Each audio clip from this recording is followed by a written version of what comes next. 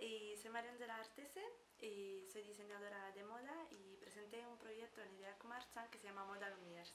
Moda Lumières quería unir la arte, la moda y la tecnología. Bueno, lo que hicimos es presentar una colección de vestidos inspirado a las mujeres guerreras, azteca y japonesa. Y bueno, los vestidos eran todo blanco y lo que queríamos hacer una proyección sobre estos vestidos que iban cambiando y las proyecciones eran obra de arte. Ideac Marchand en nuestro proyecto fue bastante importante, porque lo que nos faltaba era la financiación, o sea, no teníamos los recursos económicos para llevar a cabo este proyecto. Nos quedamos todos muy felices porque era algo que sin este concurso de Ideac iba a ser bastante difícil poder hacer.